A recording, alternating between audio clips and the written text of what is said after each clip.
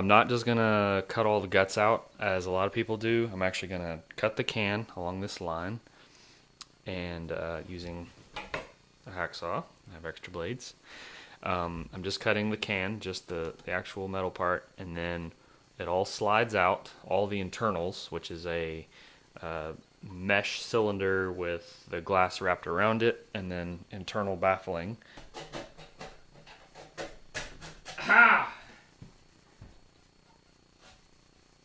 Ha ha ha ha! Ha ha ha ha!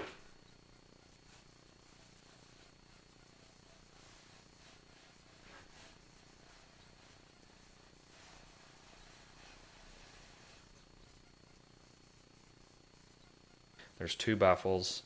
I've looked up where they are in there, and so I'm gonna cut this off, figure out where I want to cut the internals, and then take this part of the metal off of this end cap, peel it off, slide the internals with the end cap into this part of the muffler, and pop rivet it in, and then just finish up that edge nice and smooth.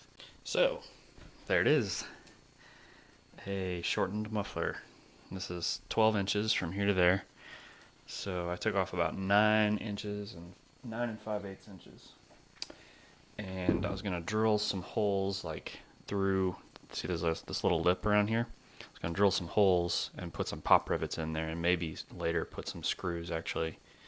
So I was trying to drill a hole right there, and the bit was longer. The end of it broke off. But unfortunately I was holding it like this, and the bit went through my finger. You can see it went in there and came out there. So that hurts, but it was worth it. Can't wait to hear it.